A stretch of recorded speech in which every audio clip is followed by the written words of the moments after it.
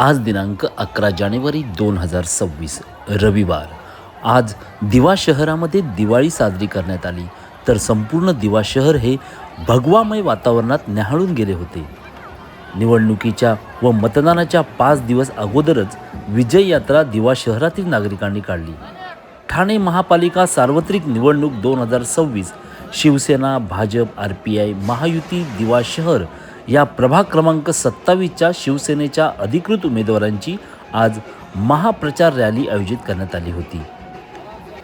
ठाणे महानगरपालिका प्रभाग क्रमांक 27 दिवा शहर या प्रभागाचे उमेदवार आहेत शैलेश मनोहर पाटील, सौ स्नेहा अमर पाटील, सौ दीपाली उमेश भगत व ॲडव्होकेट आदेश कमलाकर भगत। या पॅनलमधील नवखी उमेदवार म्हणून स्नेहा अमर पाटील यांची संपूर्ण दिवा प्रभागामध्ये घरोघरी विजयारूपी त्यांचे स्वागत करण्यात आले, तर स्नेहा अमर पाटील यांचे पती अमर ब्रह्मा पाटील हे माजी नगरसेवक तसेच ठाणे महापालिकेच्या सांस्कृतिक विभागावरती त्यांनी अध्यक्ष म्हणून भूषवले आहे।